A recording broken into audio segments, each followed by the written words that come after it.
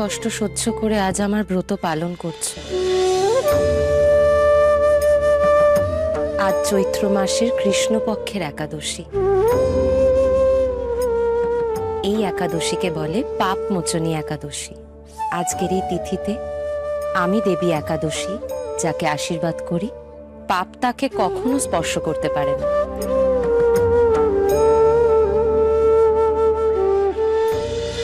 তাই আজ আমি তোমাকে বেদু বেদু বেদু আমাকে জল দাও, আমি আর পারছি না।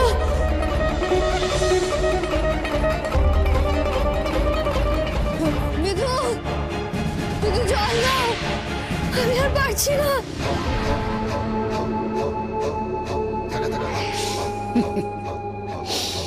আপনি পারলেন না, আপনি পারলেন না করুণাময়ীকে রক্ষা করতে দেবী একাদশী।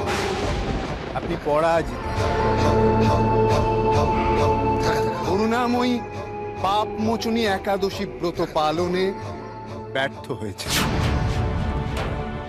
আমি পাপ, এবার আমি তাকে গ্রাস করব। দাঁড়ান পাপাসুর, দাঁড়ান। এত ব্যস্ত হচ্ছেন কেন? বিদু আমার জল দাও বিদু। করুণাময়ী এখনো জল স্পর্শ করেনি, তাই আপনি তাকে গ্রাস করতে পারবেন না। মিথ্যে মিথ্যে আশা করছেন দেবী একাদশী। করুণাময়ী যখন নিজে জল চেয়েছেন তখন তিনি জল খাবেনি, আর তখনই আমি তাকে গ্রাস করব। এখন এখন শুধু সময়ের অপেক্ষা দেবী। এত নিশ্চিত হবেন না পাপাসুর। করুণাময়ীর মনে ওর শ্বশ্রু মাতা সম্পর্কে ভয় আছে, সুতরাং সেই ভয় থেকে সে নিজেকে পাপ মুক্ত রাখতে পারে। কিন্তু আমার বিশ্বাস সে জল খাবেই, এবং এবং ব্যর্থ হবে তার পাপ মোচনী একাদশী ব্রত পালন। বিদু আর পারছি না, আমাকে জল দাও। ওই দেখুন,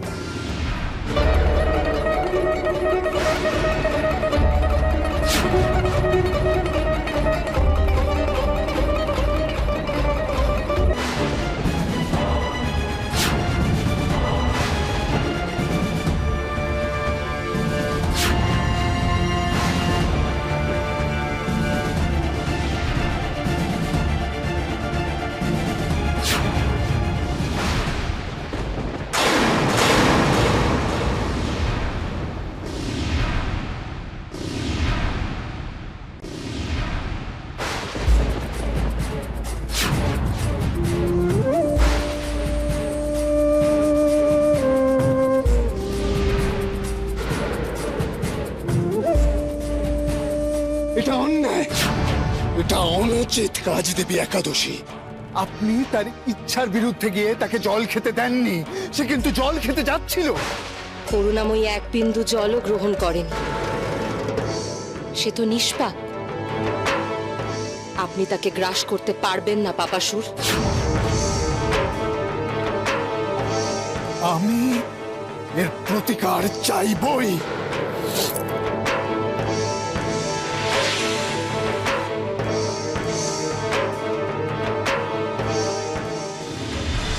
কি বিড়ম্বনায় পড়েছে করুণাময়ী।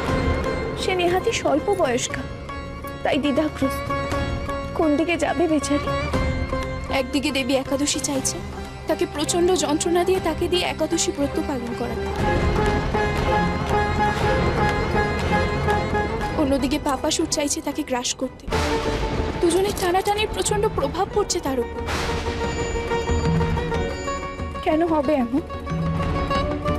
তুমি বিষয়টি নিয়ে বড় বেশি ভাবছো ভগিনী, তাই এত আবেগপ্রবণ হয়ে পড়ছো।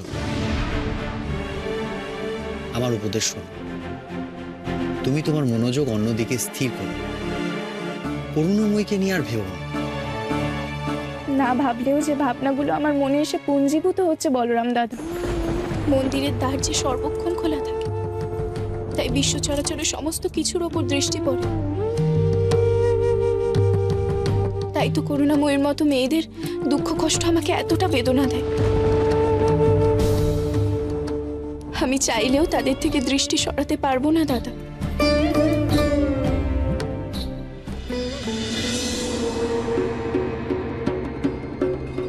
প্রণাম। আমি আপনার কাছে একটা নিবেদন নিয়ে এসেছি। আপনি অবিলম্বে আমায় বিনাশ করুন। সে কি? আমি তোমাকে সৃষ্টি করেছি ঠিকই, কিন্তু বিনাশ করারও তো কোনো হেতু পাচ্ছি না। আপনি আমাকে একটা বিশেষ কারণে সৃষ্টি করেছিলেন, একটা নির্দিষ্ট কার্যভার দিয়েছিলেন। হ্যাঁ, দিয়েছিলাম। কিন্তু আমি সেই কার্য পালনে সম্পূর্ণ ব্যর্থ।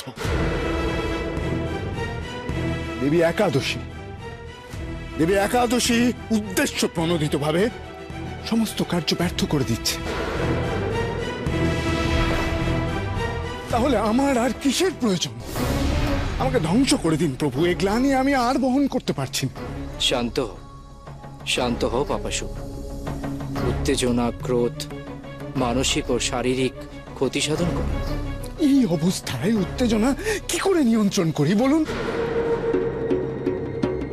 আপনি অন্তর্যামী, সবই জানেন। তবু বলছি, আজ পাপ মোচনী একাদশী ব্রত সার্থক করবার জন্য ইচ্ছাকৃত বাতাস বইয়ে করুণাময়ীর হাত থেকে জলের ঘটি ফেলে দিয়েছেন দেবী একাদশী। নিজের ব্রত সার্থক করবার জন্য এর আগেও তিনি এরকম করেছেন।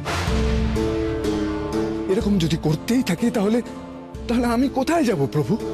অত উতলা হইও না পাপাসু। আমার সঙ্গে দেবী একাদশীর সাক্ষাৎ হলে আমি তার সঙ্গে এই বিষয়ে বাক্যালাপ করব।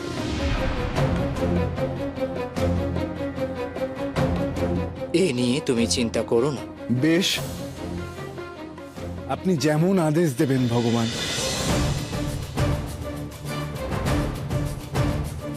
তুমি এক কার্য করতে পারো পাপাসুর। একাদশী তিথিতে ধান, গম, জব, ডাল, মাসকরা এই 5টি রবিশস্য ভক্ষণ নিষিদ্ধ। তুমি এখন থেকেই একাদশী তিথিতে এই 5টি রবিশস্যগুলির মধ্যে প্রবেশ করো। একাদশী তিথিতে যে এই 5টি রবিশস্য ভক্ষণ করবে, তুমি তাকে গ্রাস করো। যথা আজ্ঞা প্রভু।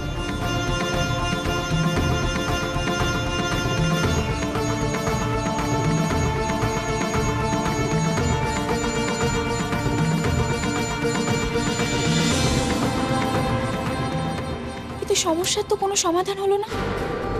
আজ দেবী একাদশী, করুণাময়ীকে জলপান বাধা দিয়ে তাকে দিয়ে নির্জলা ব্রত পালন করিয়েছে। এরপর রবি শস্য গ্রহণে সকলকে বাধা দিয়ে নিজের ব্রত পালন সার্থক করবে। আমি যে নিরুপায় ভগিনী, আমি যে নিরুপায়। আমি যেমন পাপাসুরকে সৃষ্টি করেছি, তেমনি আমারই দেহ থেকে সৃষ্টি দেবী একাদশী। তাকেই বা আমি রোধ করি কি উপায়?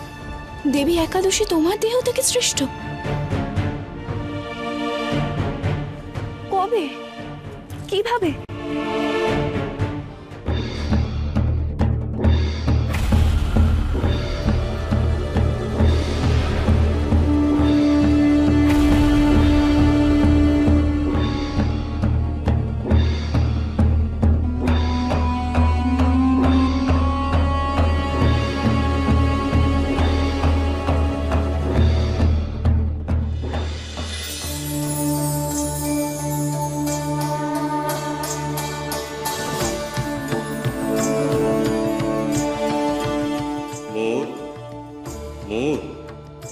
চক্ষু উন্মোচন করো, দর্শন করো আমাকে।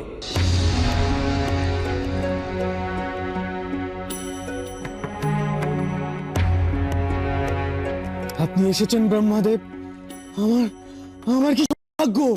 আমি তোমার দীর্ঘ তপস্যায় সন্তুষ্ট হয়েছি বৎস।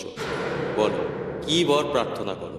প্রভু, আমাকে বর দিন, আমি যেন এই কৃষ্ণকে পরাজিত করতে পারি।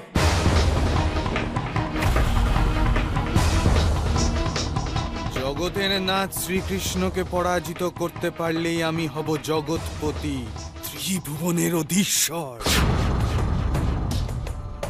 শ্রীকৃষ্ণ চির অপরাজেয়, তাকে কিনা পরাজিত করবে সামান্য রাক্ষস মূর্খ। শেষে পুরী পরাজিত হবে। তবু আমি তোমাকে বর দেব। তথাস্তু।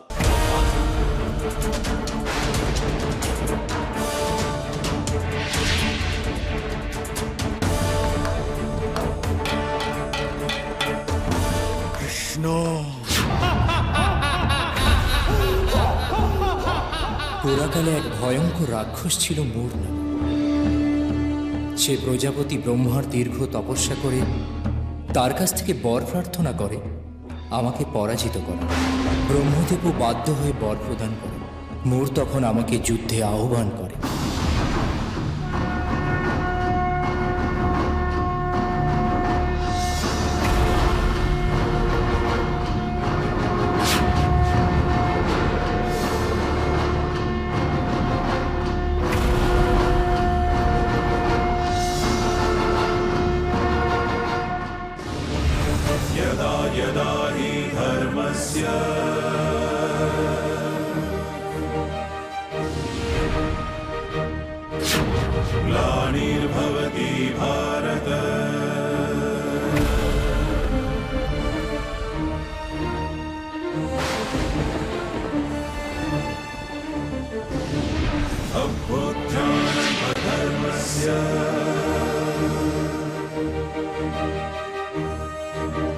तदात्मानं सृजाम्यहम्।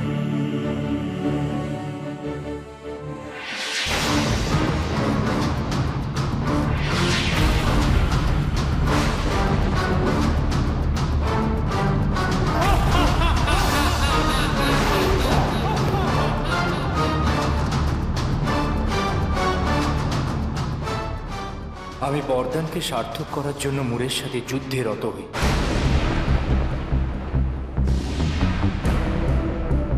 বাঁধে এক ভয়ঙ্কর যুদ্ধ।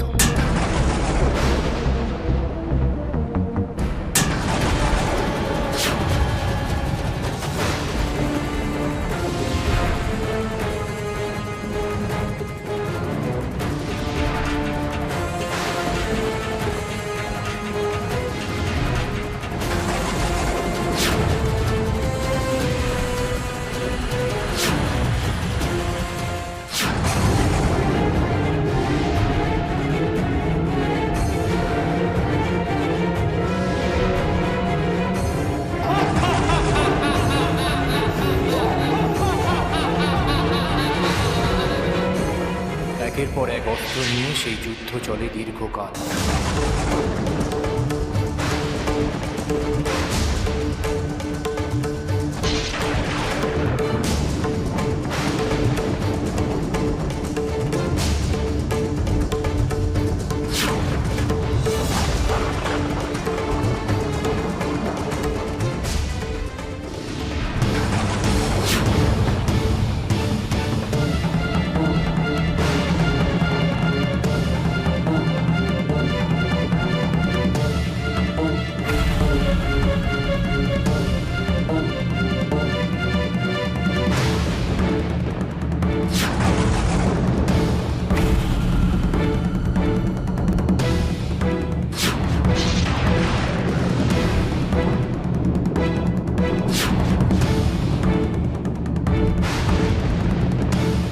কিন্তু ক্রমাগত অকারণে যুদ্ধ করে যাওয়ার ফলে আমি ক্রমশ ক্লান্ত হয়ে পড়ি।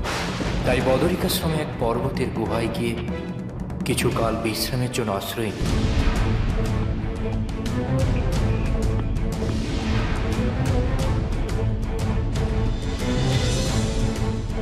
গুহায় বিশ্রাম নেওয়ার সময় ক্লান্ত আমার দু চোখ ঘুমে জড়িয়ে আসে। আমি ঘুমিয়ে পড়ি। সেই সুযোগে আমাকে খুঁজতে খুঁজতে গুহার বাইরে এসে উপস্থিত হয় রাক্ষস মুখ।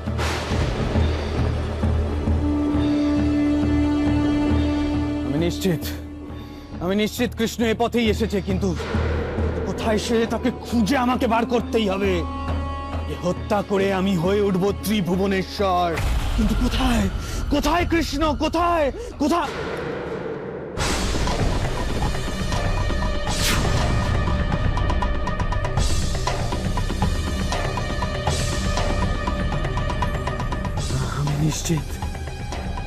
আমি নিশ্চিত এ পদচিহ্ন কৃষ্ণেরই, অর্থাৎ সে গুহার ভেতরে।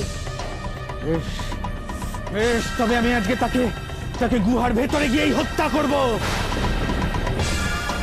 আমার ঘুমন্ত দেহ থেকে আমার অজান্তেই বেরিয়ে আসে এক অপরূপ জ্যোতি।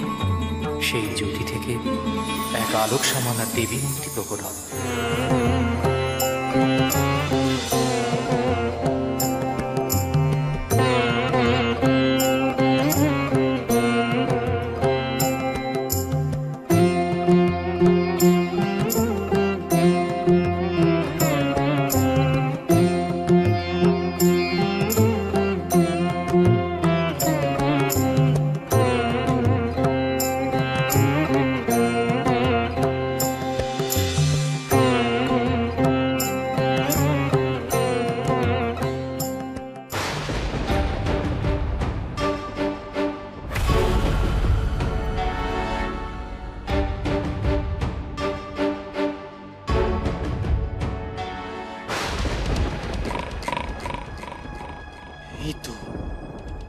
এই তো কৃষ্ণ, এই তো তাকে পেয়েছি, সে ঘুমোচ্ছে। এটাই এটাই সঠিক সময় তাকে অনায়াসে হত্যা করার। এত স্পর্ধা রাক্ষস মূরের স্বয়ং ত্রিলোকেশ্বর শ্রীকৃষ্ণকে হত্যা করতে চায়। ওর বিনাশ অবধারিত। আমি এখনই শ্রীকৃষ্ণকে ডেকে তুলি।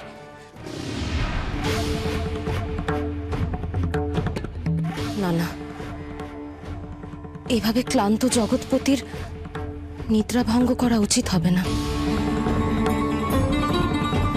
ওই রাক্ষসকে আমাকে সমুচিত শিক্ষা দিতে হবে।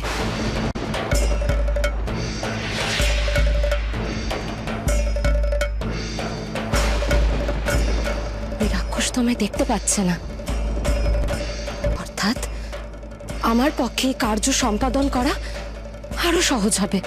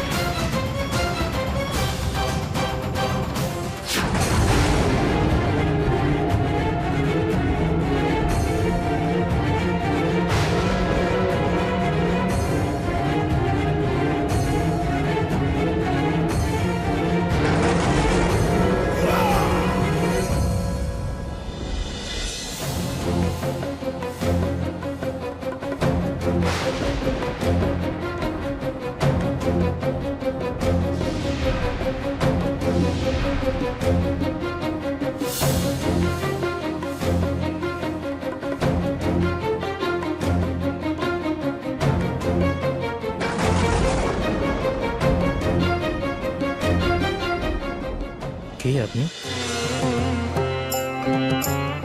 কি আপনার পরিচয়?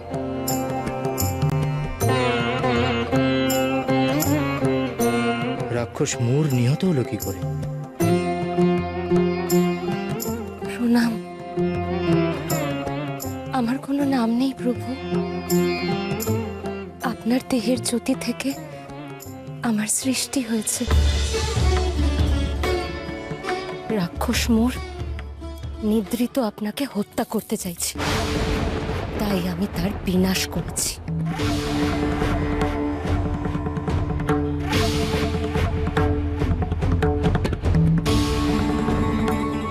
তুমি আমার দেহ থেকে সঞ্জাতা, সুতরাং আমার কন্যা সম। পিতাকে রক্ষা করে তুমি সন্তানের উপযুক্ত এবং পরম পবিত্র কাজ করেছ। আজ থেকে তোমার নাম দিলাম একাদশী।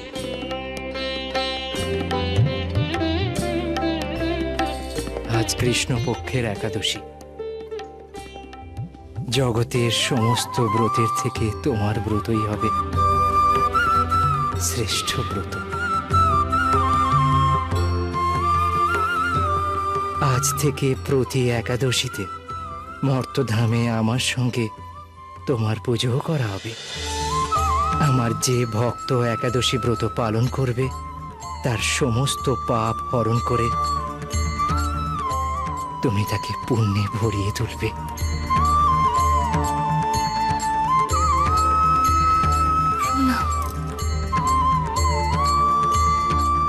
এই হলো দেবী একাদশী সৃষ্টির কাহিনী।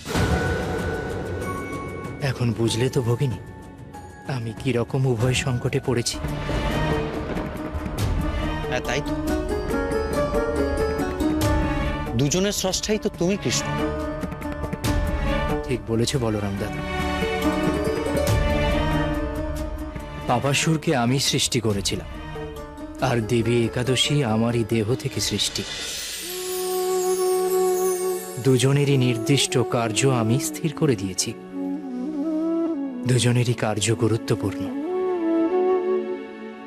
তাই আমি দুজনের কাউকে যে নিষেধ করতে পারছি না দুজনেই নিজেদের কার্য ও কর্তব্য নিষ্ঠার সঙ্গে পালন করছে। বাস্তবে এ এক জটিল সমস্যা। জানি না এ সমস্যা কিভাবে আমি সমাধান করব।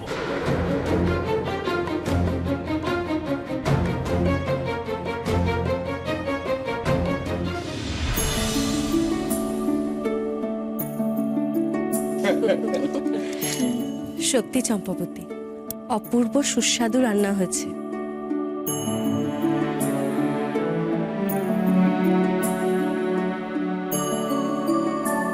এমন সুন্দর রান্না বহুকাল খাইনি। আপনার ভালো লেগেছে, আমি এতেই খুশি।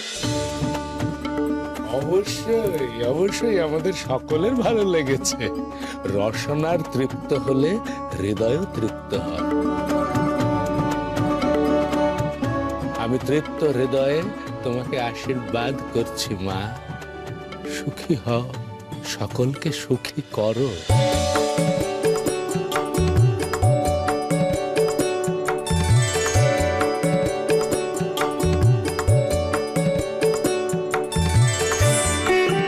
মঙ্গল হোক মা।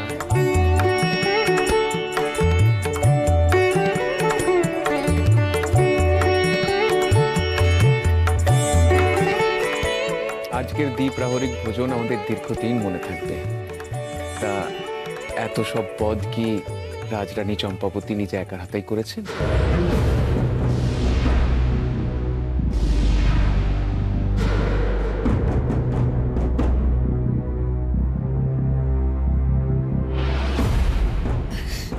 হ্যাঁ হ্যাঁ মালব্যরাজ, এই সকল রান্না আমার বধূমাতা চম্পাবতী স্বহস্তে করেছেন।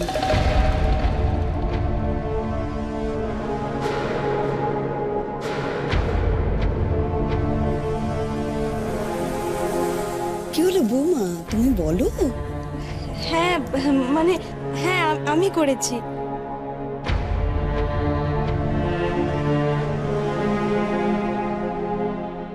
মালব্যরাজ এবং মহারানীর ভালো লেগেছে, এটাই আসল কথা। এই কতটা রেঁধেছে সেটা অপ্রাসঙ্গিক।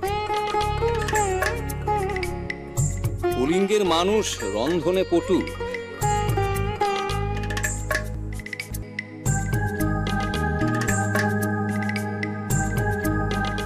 কিরকম হলো? চম্পাবতী সব রান্না করেছে কিনা এই সামান্য প্রশ্নে এরা কেমন যেন অস্বস্তিতে পড়ে গেল। কিছু একটা কি গোপন করতে চাইছেন এরা? তাহলে কি চম্পাবতী একা সব রান্না করেনি? এরা সত্য গোপন করছেন? শুনেছ বড় রানী? কেমন অম্লান বদনে সবাই মিথ্যে বলে গেল। এমন জল জ্যান্ত মিথ্যে বলতে এদের কি একবারও বুক কাঁপে না গো? সকাল থেকে হাত পুড়িয়ে ঘেমে নিয়ে সব রান্না করলে তুমি, আর মা ঠাকুর নাম বললো রানী। তাতে কি হয়েছে? চম্পাবতী কি আমার পর? ও তো আমার ছোট বোনের অধিক। ওর সুখ্যাতি যদি হয় হোক, এতে আমি কষ্ট পাবো না। ওরা দুজনে মিলে সুখী থাকুক, ভালো থাকুক, এই কামনা করি। আমার মতো পোড়া কপাল যেন চম্পাবতীর কোনোদিনও না হোক। সেই জন্য আমি দুবেলা জগন্নাথ দেবকে জানাই। সত্যি বড় রানী, তোমায় যত দেখছি তত অবাক হচ্ছি। তুমি কি দিয়ে গড়া গো? কোনো তাপ উত্তাপ নেই? মনে কি এতটুকুও ক্ষোভ জন্মায় না তোমার? শুনেছি কলিঙ্গরাজের জ্যেষ্ঠ ভ্রাতা গত হয়েছেন। তার স্ত্রীর সাথে তো পরিচয় হলো না।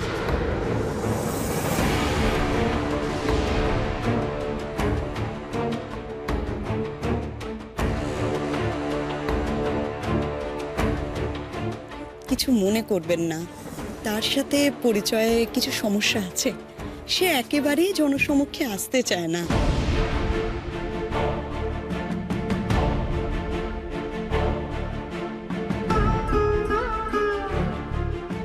আমার ওই বধূমাতা এতই লাজুক যে প্রায় ঘর থেকে বেরোন না।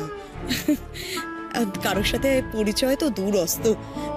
এখন আপনারা অতিথি, আপনারা যদি নিতান্তই চান তাহলে না না, থাক, তাকে আর বিরক্ত করতে হবে না।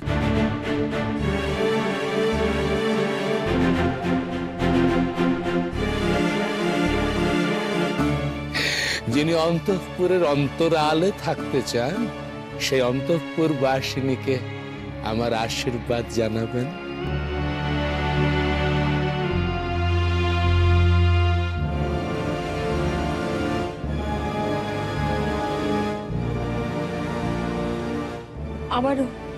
আবারও রাজমাতা মিথ্যে কথা বললেন।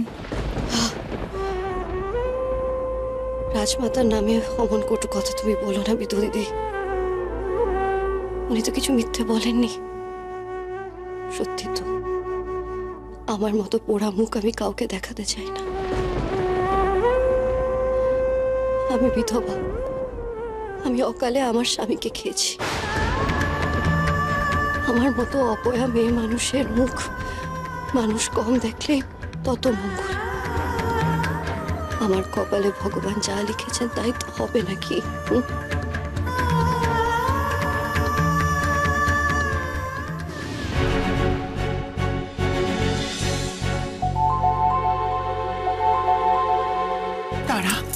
তারা তুই বাইরে পাহারায় থাক, কেউ এলে আমাদের সাথে সাথে সংকেত দিবি, মনে থাকবে। তুমি তাড়াতাড়ি বাইরে যাও। চোখ কান খোলা রেখে পাহারা দেবে কিন্তু। যাও, তাড়াতাড়ি যাও।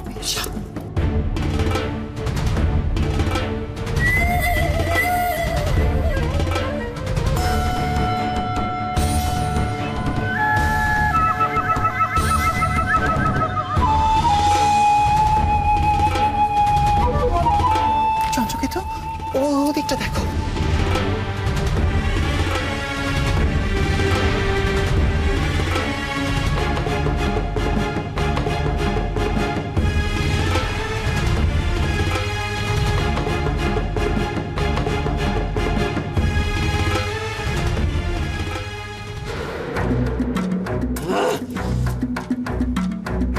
বেদির কাছে কোথাও কোনো চাবি নেই। তার মানে এখানে কি চাবি নেই? না না, মীনাক্ষী আমাকে মিথ্যে বলতে পারে না। চাবি এখানেই আছে চন্দ্রকেতু, আমরাই দেখতে পাচ্ছি না। দেখতে পাবে কি করে অজামিল? দেখছো তো ঘরের কোথাও কোনো জায়গায় চাবি নেই। বেদির কাছে কোনো চাবি নেই অজামিল। মীনাক্ষী এভাবে আমাদেরকে ঠকালো। পেলে নাকি রত্নভাণ্ডারের চাবি? এদিকে আমরা এখানে অপেক্ষা করি, তুমি পাহারা ছেড়ে ভেতরে এলে কেন? যাও বাইরে। চন্দ্রকেতু, শান্ত হও।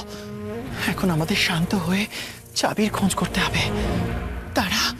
তারা তুই বাইরে যা, আমরা চাবি পেলে তোকে নিশ্চয়ই খবর দেব। যা যা। খবর দেবে তুমি কি করে? মীনাক্ষী তোমাকে মিথ্যে কথা বলে ভুল পথে চালনা করেছে অজামিল। মীনাক্ষী এত চতুর নয়, এত গুছিয়ে মিথ্যে কথা সে বলতেই পারে না। চাবি এই কক্ষেই আছে, এই কক্ষেই আছে চাবি।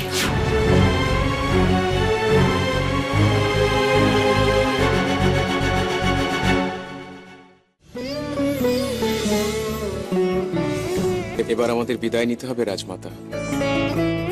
অত্যন্ত তৃপ্ত হৃদয়ে আমরা ফিরে যাচ্ছি। শুধুমাত্র অপূর্ব রাজসিক আহারই নয়, আপনাদের আন্তরিক ব্যবহারে আমরা মুগ্ধ। শুধু মুগ্ধ, প্রসন্ন এবং প্রীত বটে। সত্যই আপনাদের মধুর ব্যবহারে আমরা অত্যন্ত প্রীত হয়েছি। আপনি যে আমার আমন্ত্রণে এখানে এসে পদধূলি দিয়েছেন তাতেই আমি ধন্য। অতিথিকে নারায়ণ জ্ঞানে সর্বতভাবে সেবা করার চেষ্টা করেছি। আপনারা প্রীত হলে আমার মঙ্গল হবে।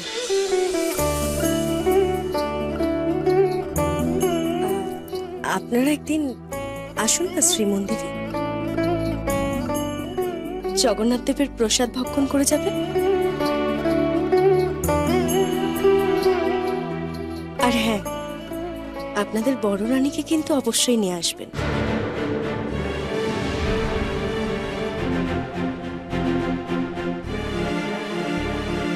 আমার মনে হয় জগন্নাথ দেবের বিগ্রহ দর্শনের কথা শুনলে তিনি অমত করবেন।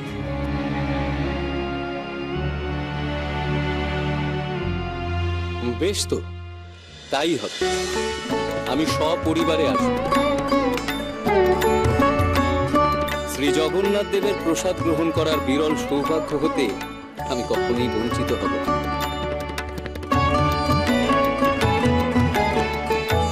কিন্তু আর তো কাল বিলম্ব করা যাবে না সৌমাল্য দেব, আমাকে এক্ষুনি মন্দিরে যেতে হবে।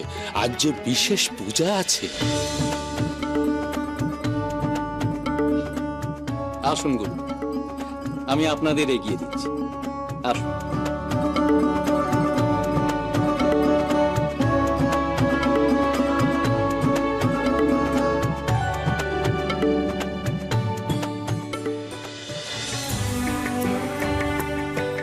তোমার কপাল ভালো, স্বয়ং রানীমা তোমাকে জগন্নাথ দেবের মন্দিরে যেতে নিমন্ত্রণ করে যাচ্ছে।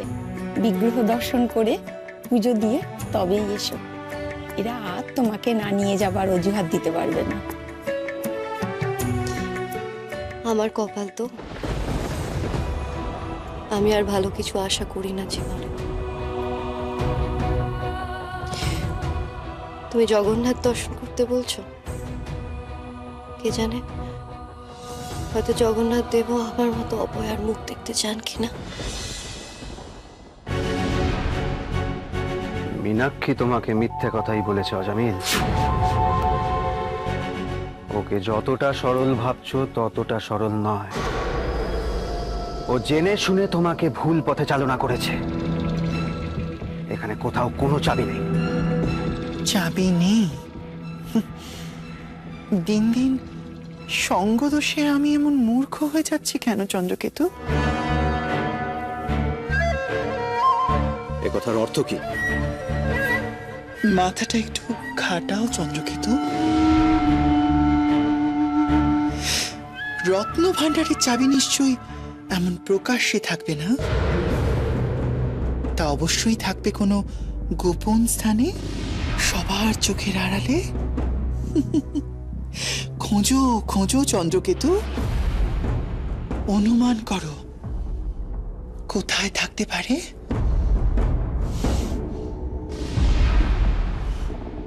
চলো খুঁজে দেখি।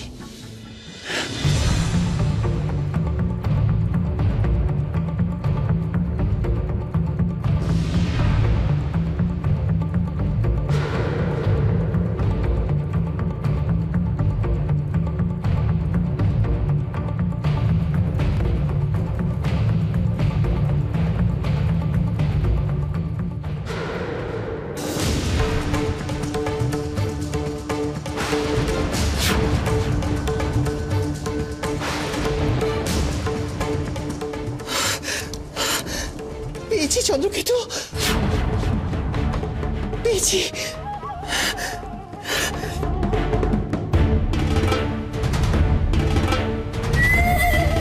রত্ন ভাণ্ডারের চাবি? এই রত্ন ভাণ্ডারের চাবি। পেয়েছিস? পেয়েছিস নাকি চাবি? আবার তোমরা ছেড়ে এখানে এসেছো কেন? যাও এখানে। তোমাদের গলার আওয়াজ শুনলাম, মনে হলো তুমি চাবি খুঁজে পেয়েছো। পেয়েছি অবশেষে। দেখি না, এখানে এখন এক মুহূর্ত নয়। এই মুহূর্তে আমাদের এই কক্ষ থেকে বেরিয়ে যেতে হবে। কাক পক্ষীতেও যেন টের না পায় আমরা রাজগুরুর কক্ষে এসেছিলাম। চলো এখান থেকে, চলো।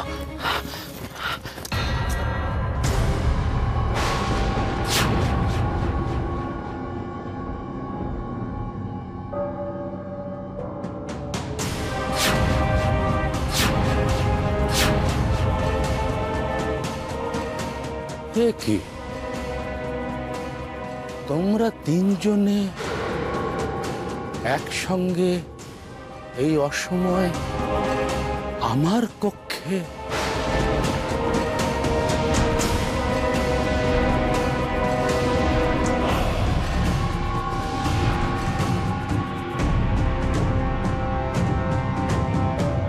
কি হলো তারা, ছোট রানী?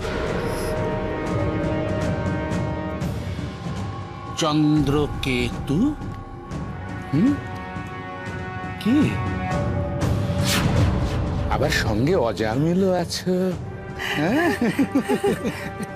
তো তোমরা তিনজনে মিলেমিশে আমার কক্ষে কি কি করছিলে তোমরা?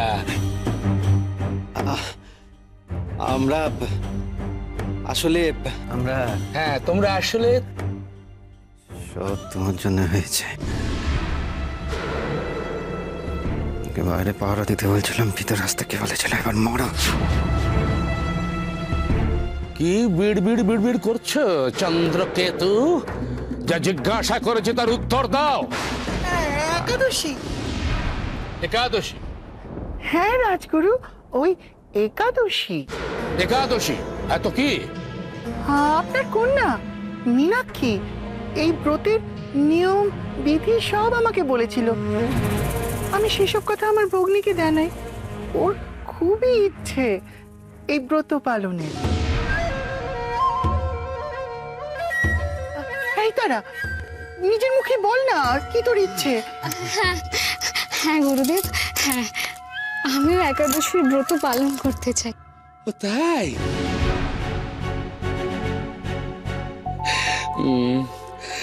কিন্তু ছোট রানী, তুমি তো একাদশী ব্রত পালন করতে পারবে না। কেন কেন করতে পারবো না? কারণ তুমি যে সধবা, সধবারা একাদশী ব্রত পালন করতে পারে না। হ্যাঁ, তবে হ্যাঁ, তোমার স্বামী চন্দ্রকেতু সে যদি এই ব্রত পালন করে তাহলে দুজনে একত্রে এই ব্রত তোমরা অবশ্যই পালন করতে পারো। রাজগুরু, চন্দ্রকেতু এই ব্রত পালন করবে। করবে? হ্যাঁ গুরুদেব। দুজনে ব্রত পালন করলে যদি সংসারে শান্তি আসে, কেন করবে না? তাই না চন্দ্রকেতু? হ্যাঁ। বাবা, তারা আপনার কাছে এই পূজার বিধান জানতে এসেছিল। ভালোই হয়েছে চন্দ্রকেতুও সঙ্গে রয়েছে। আপনি ওদের দুজনকে এই পুজোর নিয়ম বিধি সব বুঝিয়ে দিন। খুব ভালো কথা, খুব ভালো কথা। তাহলে মন দিয়ে শোনো, মন দিয়ে শোনো। একাদশী ব্রত হলো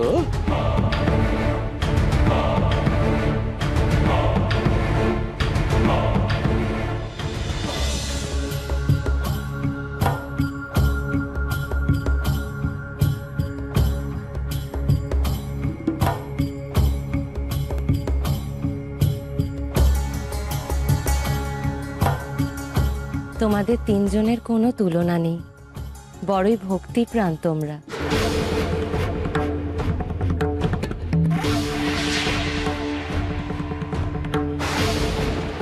ওরা মিথ্যেবাদী দেবী একাদশী, ওদের ছলনা আপনি বুঝতে পারলেন।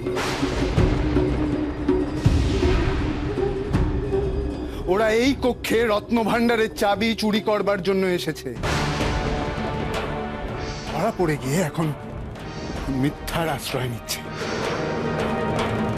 একাদশী ব্রত পালনের ওদের বিন্দু মাত্র ইচ্ছা নেই। তুমি বড় ঈর্ষাকাতর পাপাসু।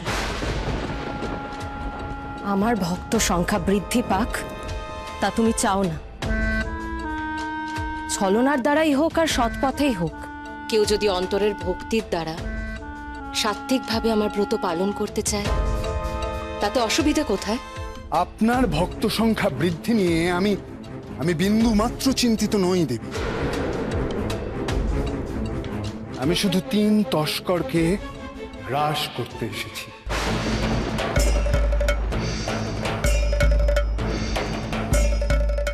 না, না পাপাসুর, তুমি একই ভুল করছো। ওরা এখনো রত্ন ভাণ্ডার থেকে কিছুই চুরি করেনি, তাহলে কোন যুক্তিতে তুমি ওদের গ্রাস করবে? আগে চুরি করুক, তার আগেই তো নানান কারণে তাদের চিত্ত পরিবর্তন হতে পারে, হাঁটতে পারে তারা পুণ্যের পথে।